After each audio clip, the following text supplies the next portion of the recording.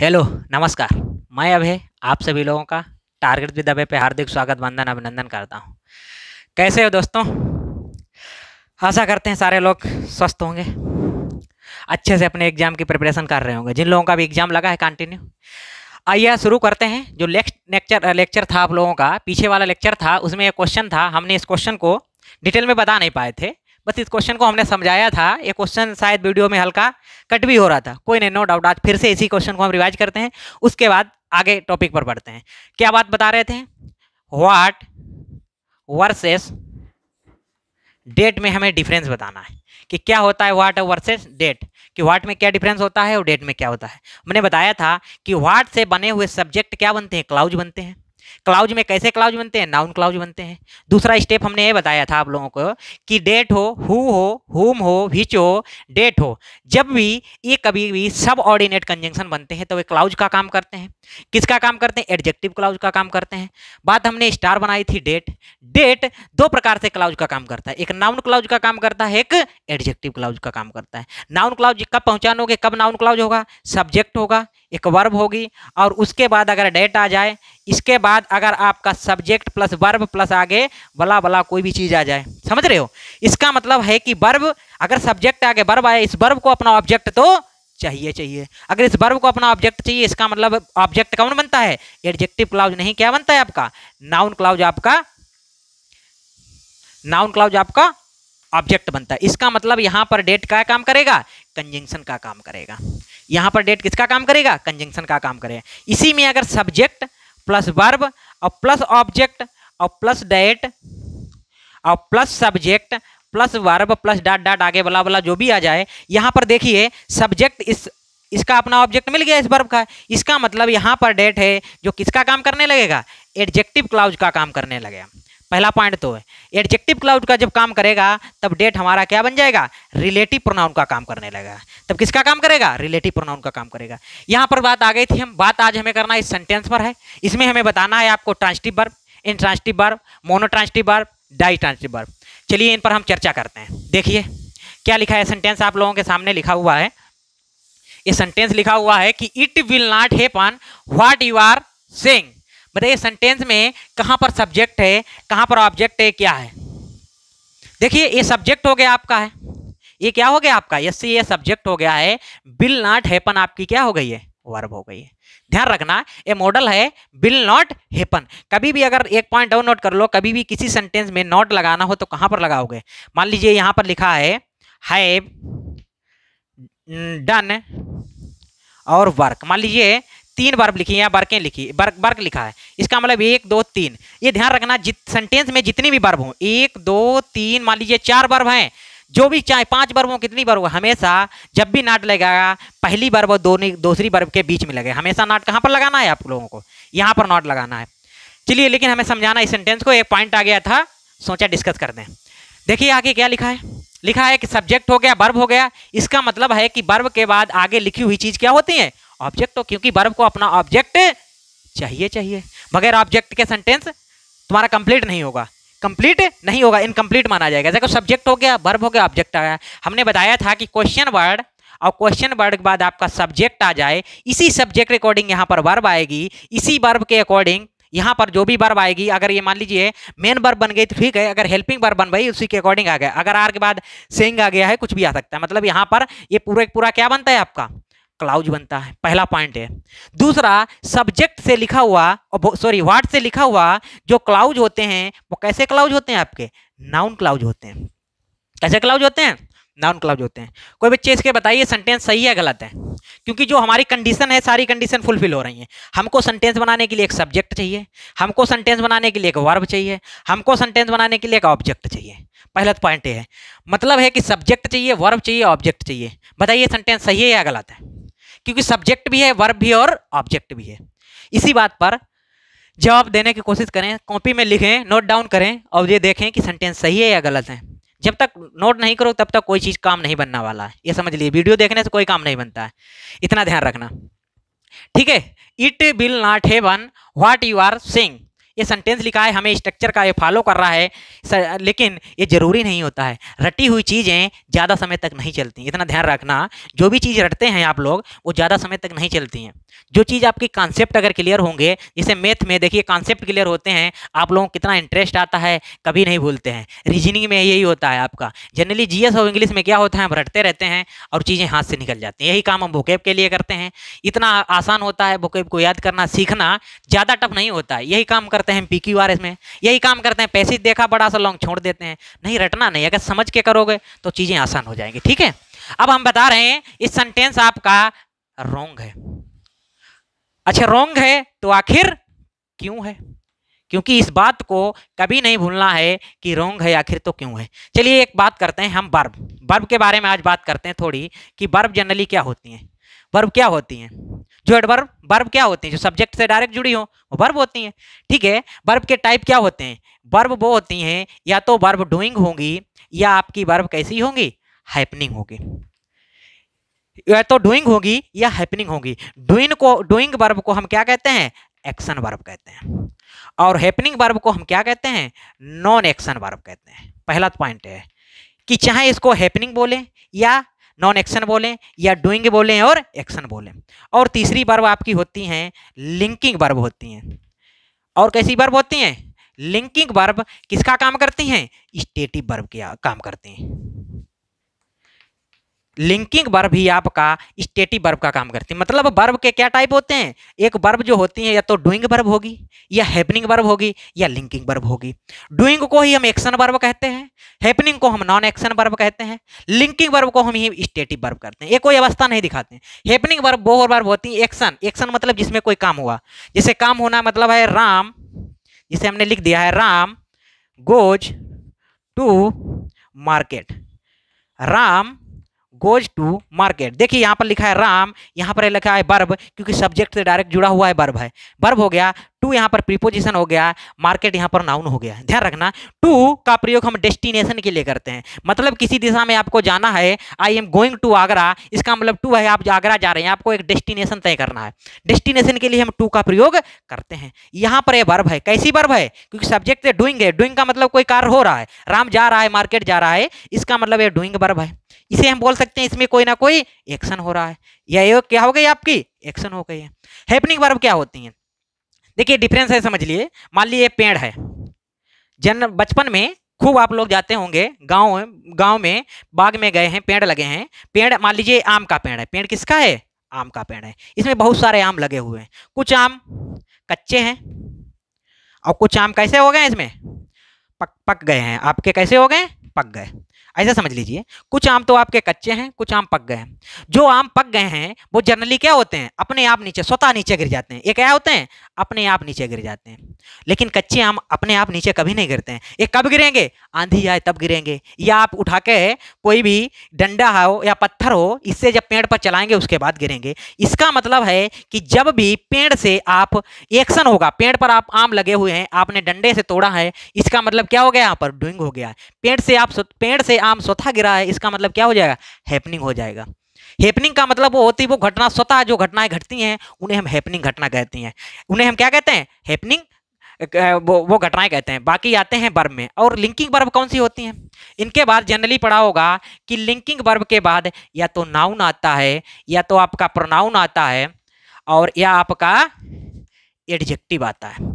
और आज एक पॉइंट नोट करके लिख लीजिए, इसके बाद एडवर्ब भी आता है, क्योंकि ये आज तक सबने पढ़ा होगा। शायद हमने भी क्लास में कई बार बताया था कि नाउन आता है, प्रोनाउन आता है, एडजेक्टिव आता है। आखिर क्यों आता है कि नाउन प्रोनाउन एडजेक्टिव ही क्यों आता है, और क्यों नहीं आ सकता है, एडवर्ब क्यों नहीं आ सकता है, कंजंक्शन क्यों नहीं आता है, ये बात करेंगे कि क्यों नहीं आता है। जो भी लिंकिंग वर्ब होगी या स्टेटिव वर्ब होती हैं, इनके बाद ध्यान रखना, लिंकिंग वर्ब हो या स्टेटिव वर्ब हो, इनके बाद हमेशा सब्जेक्ट वर्ब के बाद आप ऑब्जेक्ट नहीं, सब्जेक्ट वर्ब, इनके बाद हमेशा ऑब्जेक्ट ही लिखा जाता है।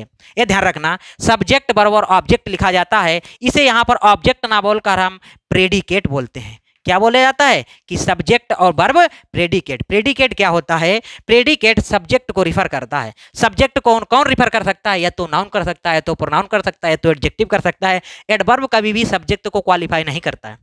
ये बात आप लोग जानते होंगे, लेकिन कुछ एडवर्ब होते हैं, ध्यान रखना, हाउ ऑब्लिक व्हाई का रिप्लाई, हाउ ऑब्लिक व्हाई के रिप्लाई, हाउ और व्हाई का रिप्लाई जो भी एडवर्ब होंगे वो लिंकिंग वर्ब के बाद कभी नहीं आएंगे। बात ध्यान रखना, हाउ ऑब्लिक व्हाई के रिप्लाई जो भी एडवर्ब होंगे वो लिंकिंग वर्ब के बाद कभी नहीं आएंगे। अब बात आते हैं यहाँ पर, लिंकिंग वर्ब समझ गए होंगे, इसका मतलब क्या है, ठीक है। अभी हम यहाँ पर थोड़ा मिटा के बताते हैं, लिख रहे हैं। देखिए पहले जान लीजिए, लगभग जनरली लोग जानते हैं वर्ब में, हमने एक बताया आपको पहले डूइंग और आपको हैपनिंग वर्ब बताए हैं। डूइंग वर्ब क्या हो गया, जैसे गो, जैसे ईट, जैसे हो गया है किल। ध्यान रखना, गो हो गया है, ईट हो गया है, किल हो गया, जनरली ऐसे करके आगे चलती रहेगी। हैपनिंग वर्ब क्या होगी, हैपनिंग वर्ब क्या होगी, हैपनिंग वर्ब मतलब क्या हो जाए, एक हैपन, कोई घटना, अचानक घटना, एक हैपन भी कैसी वर्ब है। अभी हम बताएंगे कौन ट्रांजिटिव होती है, नॉन ट्रांजिटिव होती है, हम बात आगे बताएंगे। एक हैपनिंग हो गई है। अब जैसे हो गया किल, एक हो गया है आपका डाई। देखिए किल करना एक्शन है, आपने किसी को मारा है एक्शन है, कोई आदमी स्वतः मरा है वो हैपनिंग है, मतलब उसे किसी नहीं मारा है, वो अचानक ही मर गया है। अब ये समझ लियो, अगर एक्सीडेंट होना हैपनिंग है, अचानक मौत होना, सॉरी एक्सीडेंट होना डूइंग है, अचानक मौत होना क्या है, हैपनिंग है। ध्यान रखना दोनों में माइनर डिफरेंस है कि गो एक आपकी डूइंग वर्ब है, ईट है आपकी गोइंग वर्ब है, किल करना किसी को डूइंग है, लेकिन हैपन करना, डाई करना, और जिसे पानी क्या होता है, फ्लो होता है, पानी स्वतः बहता है, लेकिन कभी कभी इस पर हो जाता है, लेकिन जनरली नहीं, वो सेंटेंस पर आप लोग उस पर हो जाएगी। जैसे पानी हो गया, जैसे सूर्य है, सूर्य क्या होता है, इसे हम किस में काउंट करते हैं, साइन हो गया है। देखो जो हैपनिंग वर्ब वही होती हैं जो स्वतः चलती हैं, जिनमें स्वतः काम होता है, कोई काम अपने आप नहीं किया जाता है। बात आती है कि एक हैपनिंग हो गई है, डाई हो गया, फ्लो हो गया, साइन हो गया, इतनी वर्ब हमें याद करनी है, रट पाओगे नहीं, रटना नहीं है, समझना है कि कौन सी वर्ब हैपनिंग होती हैं, जिनसे कोई हमें एक्शन का बोध होगा, जिनसे हमें कोई एक्शन का बोध होगा वो आपकी डूइंग वर्ब होगी, जिनसे हमें किसी एक्शन का नहीं, कोई घटना ऑटोमेटिक घटती है उसे हम हैपनिंग वर्ब कहते हैं।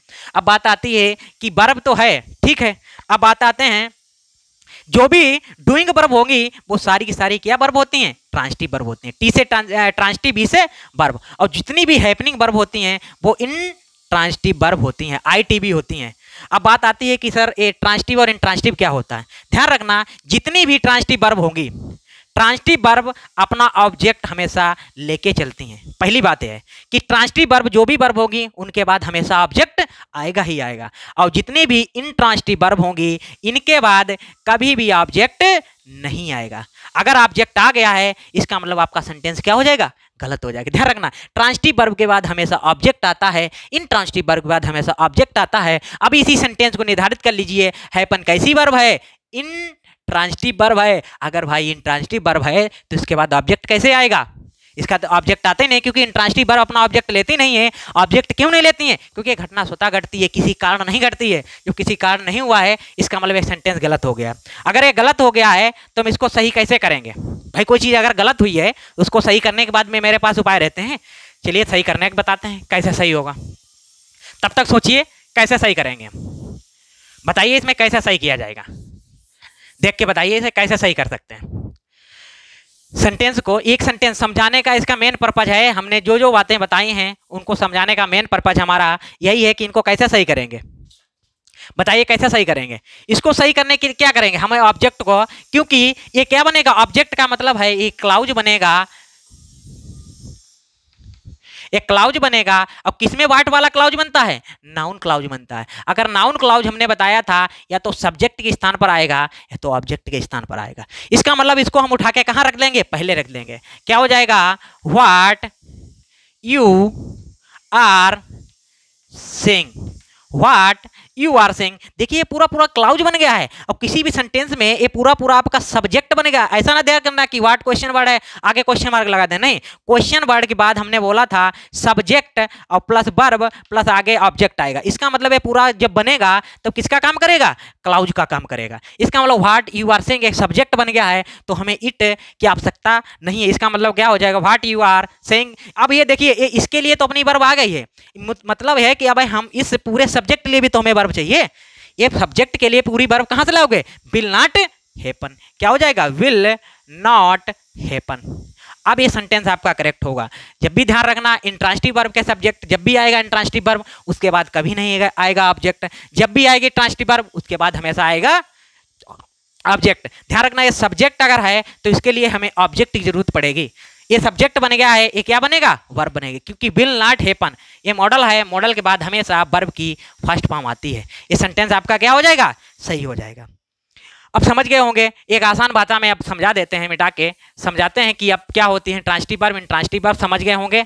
बिल्कुल आसान, बिल्कुल आसान से समझिए, बिल्कुल ही आसान से समझिए। जैसे ही हमने यहाँ लिखा है, यहाँ पर ट्रांसिटिव वर्ब, यहाँ पर लिखा है इंट्रांसिटिव वर्ब। मतलब ट्रांसिटिव वर्ब कौन सी वर्ब होती हैं? जिनके बाद ऑब्जेक्ट आए, और जिनके बाद ऑब्जेक्ट नहीं आए। इसका मतलब जिनके बाद ऑब्जेक्ट आएगा वो वर्ब कैसी होंगी? डूइंग वाली होंगी।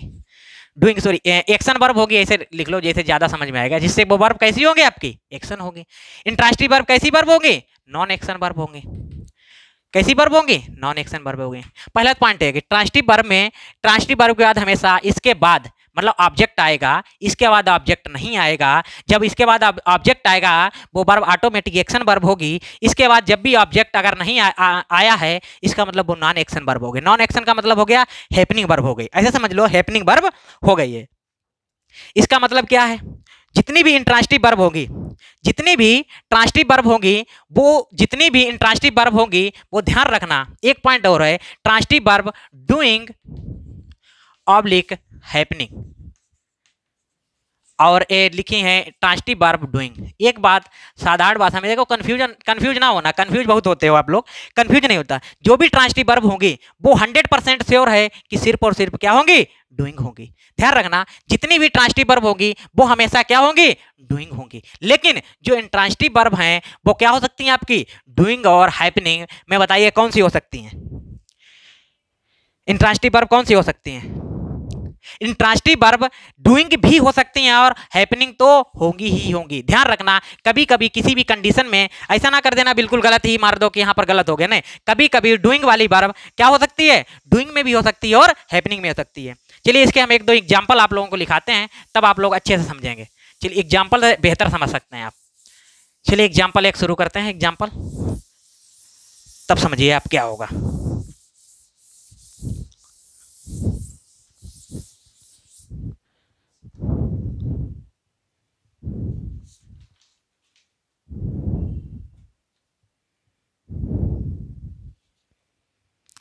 एक एग्जाम्पल लिख रहे हैं, ही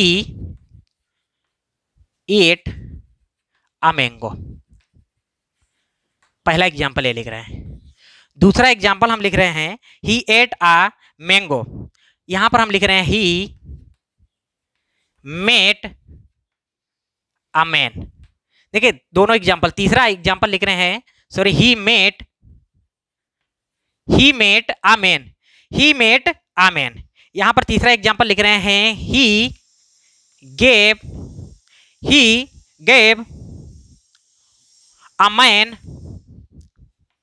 अ मैंगो। देखो इससे क्या समझे हो?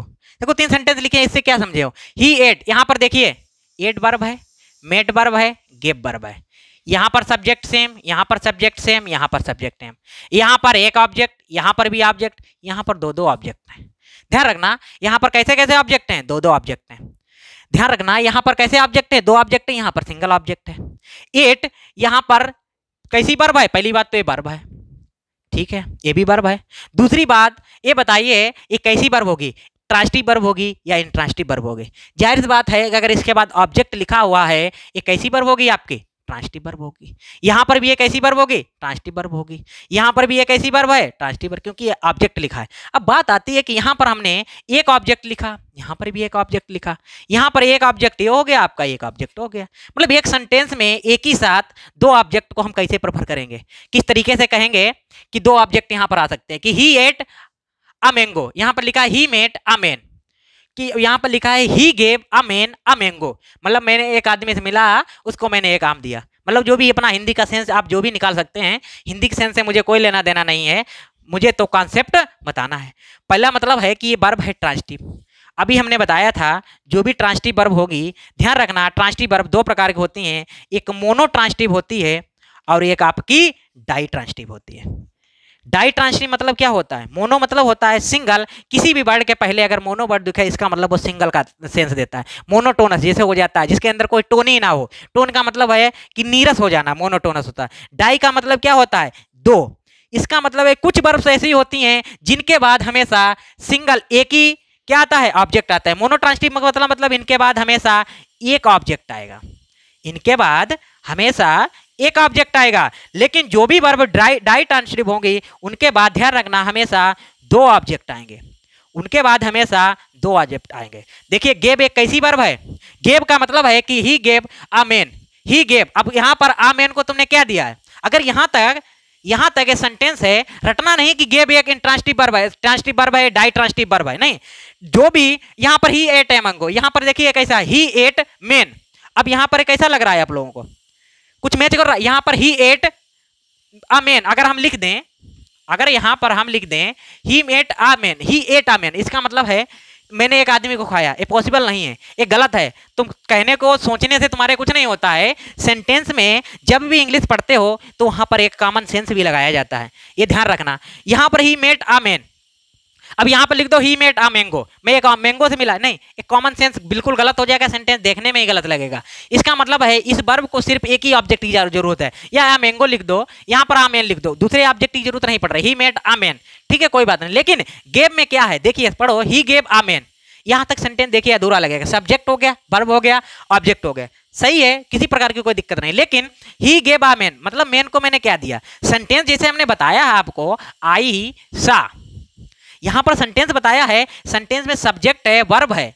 यहां पर जो आई है यहां पर ये इंफॉर्मेशन क्या है आपकी? ये वाली इंफॉर्मेशन आपकी, इसको कंप्लीट इंफॉर्मेशन नहीं है, लेकिन सा है कि आई ने कुछ तो कुछ देखा है, लेकिन आई को एक कंप्लीट इंफॉर्मेशन ये नहीं है कि क्या देखा है। चोर को देखा है, पुलिस को देखा है, किसको देखा है, यहां पर ये कंफर्म इसको नहीं है। इसका मतलब ये है कि आई, ये सेंटेंस तुम्हारा स्ट्रक्चर फॉलो कर रहा है, उससे मतलब नहीं है आप लोगों को, लेकिन ये मीनिंग लेस है। इसका मतलब यहां पर मीनिंग का सेंस नहीं आ रहा है। इसी में सेंटेंस में देखिए ही गेव अ मैन, इससे हम सिखा रहे हैं, इसका मतलब है कि ही गेव अ मैन, तुमने आदमी को दिया, मतलब क्या दिया? कुछ दिया होगा, रुपए दिए, पैसे दिए, रुपए दिए हैं कि कोई कार दिए, कोई भी चीज गिफ्ट की है, जो भी चीज हो वहां पर लिखना पड़ेगा। इसका मतलब है, इससे सीखो कि गेव एक क्या है? ट्रांसिटिव वर्ब के साथ डाई ट्रांसिटिव वर्ब है, और डाई ट्रांसिटिव वो वर्ब होती हैं जिनके बाद हमेशा दो ऑब्जेक्ट आते हैं। डाई ट्रांसिटिव वो वर्ब्स होती हैं जिनके बाद हमेशा दो ऑब्जेक्ट आते हैं। इस बात को ध्यान रखना, जो हम बात बोल रहे हैं, ट्रांसिटिव वर्ब में एक मोनो ट्रांसिटिव होती हैं और कोई नहीं होती, सिर्फ दो ही होती हैं, मोनो होती है और डाई होती है। 3, 4, 5, 6 कुछ नहीं होती है, ध्यान रखना।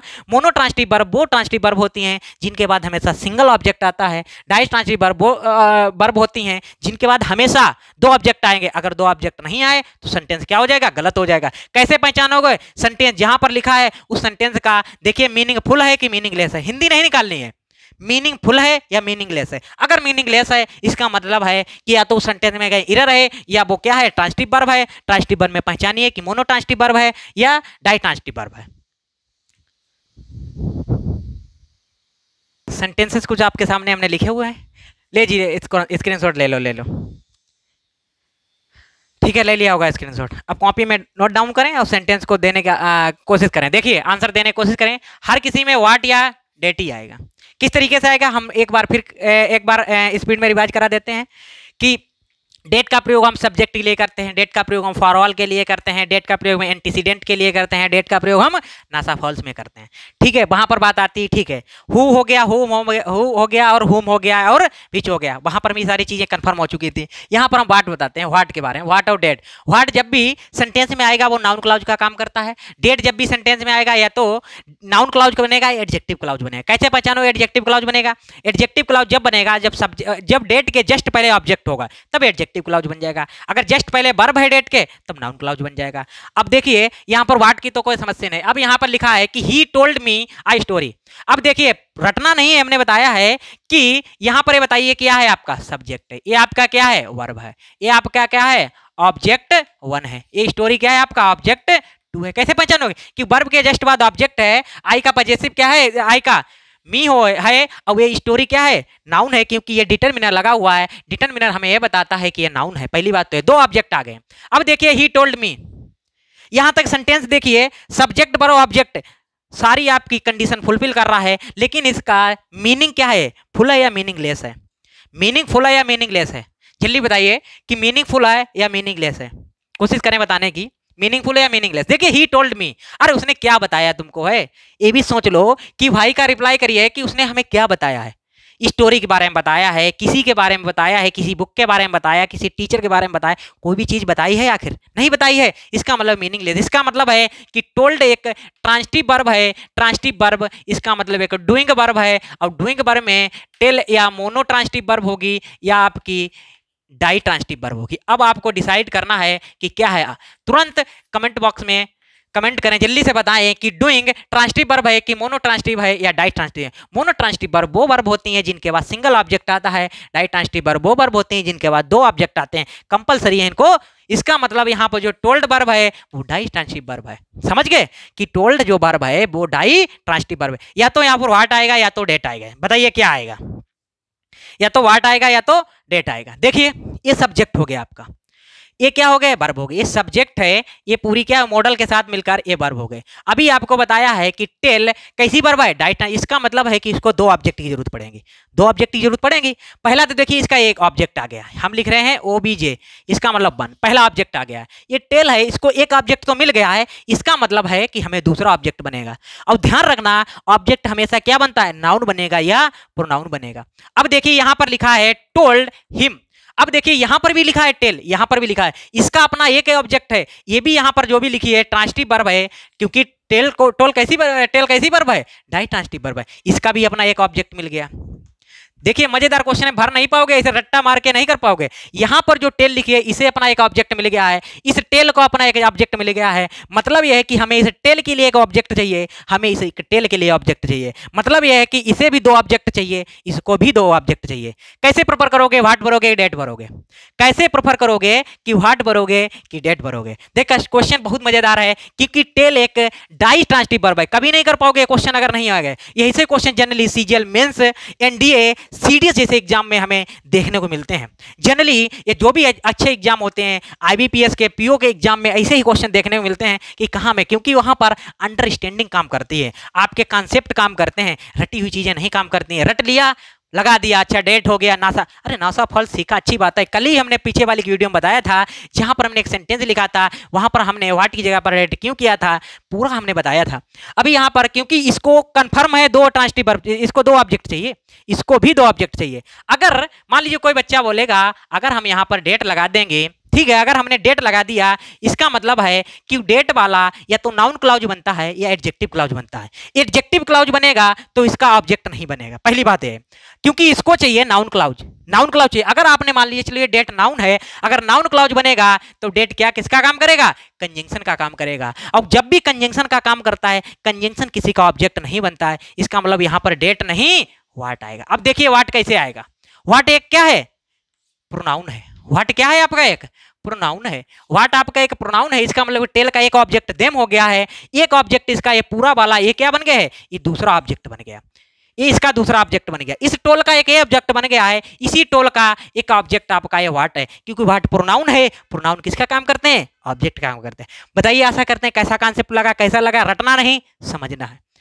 दूसरे क्वेश्चन पर आते हैं। देखिए सब्जेक्ट हो गया आपका, ये पूरी वर्ब हो गई, इसका एक ये ऑब्जेक्ट है, एक ये ऑब्जेक्ट है। देखिए एक ऑब्जेक्ट B1 है, ये ऑब्जेक्ट B2 है।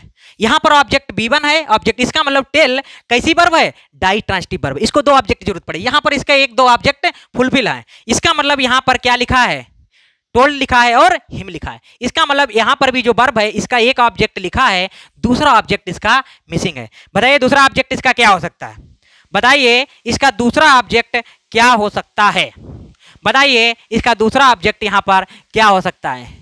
जनरली तुरंत अभी मार देंगे। अगर तुमने व्हाट बना दिया, अगर तुमने व्हाट बना दिया, व्हाट वाला जो भी क्लाउज होता है हमेशा नाउन क्लाउज बनेगा। अगर नाउन क्लाउज बन जाएगा तो इसी टेल का ये तीसरा ऑब्जेक्ट बन जाएगा। और अगर कोई भी ट्रांजिटिव वर्ब होगी उसके दो ही ऑब्जेक्ट ले सकता है, तीसरा नहीं ले सकता है।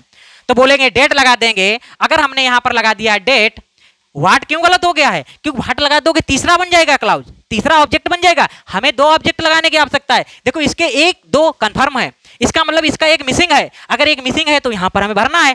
अब देखिए अगर हमने बता दिया डेट, अगर बना दिया नाउन क्लाउज, इसी का ऑब्जेक्ट बन जाएगा। इसका मतलब ये तुम्हारा बनेगा पूरा पूरा एडजेक्टिव क्लाउज। अब जब भी बनेगा आपका एडजेक्टिव क्लाउज तब यहाँ डेट रिलेटिव प्रोनाउन का काम करने लगता है। और रिलेटिव प्रोनाउन किसमें होते हैं? हमेशा प्रोनाउन में होते हैं। इसका मतलब इस टोल्ड का ऑब्जेक्ट अब कौन बन जाएगा? डेट बन जाएगा। देखिए सेंटेंस सेम है, ध्यान रखना कि सिर्फ छोटी सी मिस्टेक आप लोगों को बहु सिलेक्शन से दूर ले जा सकती है। ये बहुत अच्छे अच्छे क्वेश्चन हैं, कॉन्सेप्ट। अब हमने यहाँ पर लिखा है कि डिड यू अंडरस्टैंड।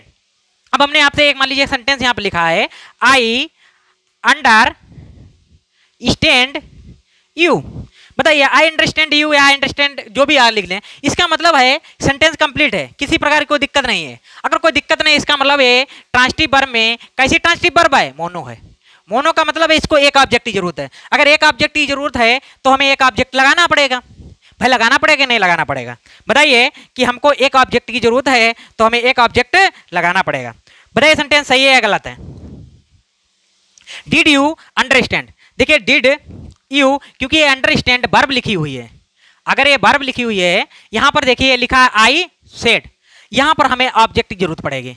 ऑब्जेक्ट की जरूरत पड़ेगी क्योंकि ऑब्जेक्ट हमें यहां पर भरना है, क्योंकि सेड का भी ऑब्जेक्ट गायब है, अब इस वर्ब का भी ऑब्जेक्ट गायब है। इसका मतलब एक ऐसा ऑब्जेक्ट, क्योंकि यहां पर हमें हर हाल में बनाना है नाउन क्लाउज। और नाउन क्लाउज आप लोगों को शुरुआत से बता रहे हैं कब बनता है, सिर्फ व्हाट भरने पर नाउन क्लाउज बनता है। कोई बच्चा बोलेगा डेट में भी तो बनता है। हाँ डेट में बनता है। जब डेट बनेगा तब डेट कंजंक्शन का काम कर सकता है। जब भी डेट कंजंक्शन का काम करेगा तो वह किसी का ऑब्जेक्ट नहीं बनेगा। जब ऑब्जेक्ट नहीं बनेगा तो क्योंकि हमें ये पूरे के लिए, ये अंडरस्टैंड के लिए पूरा ऑब्जेक्ट बन गया है, इस सेड के लिए तो हमें ऑब्जेक्ट चाहिए, जिसे हम कहते हैं आयशा। क्या है? पूरा सेंटेंसेस गलत है। गलत क्या है? मीनिंगलेस है। इसी सेड का ये ऑब्जेक्ट कौन बनेगा? व्हाट बनेगा। चलिए अगर इस सेट के लिए ऑब्जेक्ट व्हाट बनेगा तो आइए आगे लिखते हैं कि I did not understand you said. अब दूसरे में आप ही लोग बता दीजिए क्या भरना है। अभी बताया है ये कैसी वर्ब है? मोनो ट्रांसिटिव वर्ब है। अब इसके ऑब्जेक्ट के लिए, क्योंकि हमें इसका भी ऑब्जेक्ट चाहिए, इसका भी ऑब्जेक्ट चाहिए, तो सिर्फ हमारे पास क्या है? व्हाट है। क्योंकि ये पूरा अंडरस्टैंड का ऑब्जेक्ट बन गया है, इस सेट का ऑब्जेक्ट कौन बनेगा? व्हाट बनेगा। आशा करते हैं इतने क्वेश्चंस आप लोगों को बहुत अच्छे समझ में आए होंगे। आइए आगे बढ़ते हैं। आगे क्वेश्चन क्या है देखिए, अंडरस्टैंड। अभी बताइए अंडरस्टैंड कैसी वर्ब है? ट्रांसिटिव वर्ब है। ट्रांसिटिव में कैसी है? Mono transitive. क्योंकि अगर मोनो ट्रांसिटिव है तो इसके बाद एक ऑब्जेक्ट आएगा, तो इसका ये ऑब्जेक्ट एक मिल गया है। अगर इसका एक ऑब्जेक्ट मिल गया है, अब इसका एक ऑब्जेक्ट मिल गया, हमें बात खत्म है। इसका मतलब यहां पर हर हाल में अगर हमने नाउन क्लॉज बना दिया तो तुम आप अंडरस्टैंड कैसी हो जाएगी? डाई ट्रांसिटिव हो जाएगी। और डाई ट्रांसिटिव होती नहीं है, क्या होती है? मोनो ट्रांसिटिव होती है। इसका मतलब यहां पर हम व्हाट नहीं कर सकते हैं, तो हमें क्या करना पड़ेगा? डेट करना पड़ेगा। अब कोई बच्चा बोलेगा कि डेट यहां पर कैसा क्लाउज है? एडजेक्टिव क्लाउज है। इसका मतलब जब एडजेक्टिव क्लाउज होगा तो डेट यहां पर रिलेटिव प्रोनाउन का काम करेगा। ध्यान रखना, डेट यहां पर रिलेटिव प्रोनाउन का काम करेगा। इसका मतलब यू सेड, और सेड का क्या बन जाएगा? ऑब्जेक्ट बन जाएगा। आशा करते हैं जल्दी से 1 मिनट का समय देते हैं आप लोगों को कि इसमें बताइए सेंटेंसेस नीचे वाले में क्या भरना है। अगर आप लोगों ने सही बनाया है, जो भी अगर कॉन्सेप्ट आपके क्लियर हुए होंगे तो आप सही बनाएंगे, अगर अन्यथा गलत कर देंगे। आशा करते हैं कि गलत नहीं करेंगे। आप बताने की कोशिश करें, हम आप लोगों को देख लिए नीचे हम एक बार बोल रहे हैं कि लिखा है he will tell them you have helped him. बताइए क्या होगा? बोलो, कॉपी में नहीं लिखे हो क्या? ऐसे कैसे मजा आएगा भाई? नहीं लिखोगे तो गलत बात है। लिखो तभी समझ में आएगा, नहीं तो नहीं, ऐसे ऊपर में निकल जाएगा। फिर जब देखोगे एग्जाम में बैठ के रोओगे तब याद आएगी काश पढ़ लिया होता। फिर काश वाले सेंटेंस एक दिन पढ़ाएंगे, काश मैं राजा होता। बताएंगे कंडीशनल सेंटेंसेस में क्या होता है, काल्पनिक वाक्य क्या होते हैं, हम कल्पना करते हैं काश वो मेरी होती। ऐसा नहीं होता, फिर ऐसा नहीं होता। होती कैसे? क्योंकि उस पर तुमने काम ही नहीं किया है जो तुम्हारा होता। तुम्हारा जो होगा वो तुम्हें कभी छोड़ के नहीं जाएगा। इसी बात पर रोना धोना बंद करें। अब ये यहाँ पर आते हैं, ये लिखा है आपका सब्जेक्ट, समय बहुत दिया है आप लोगों को। आशा करते हैं आपने जो भी सोचा होगा अच्छा ही आंसर सोचा होगा। देखिए कॉपी ना करने लगला, पहला वाला सेंटेंस लिखा है, यहाँ पर सेंटेंस लिखा है। कॉपी करने की आदत बहुत गंदी है आप लोगों की।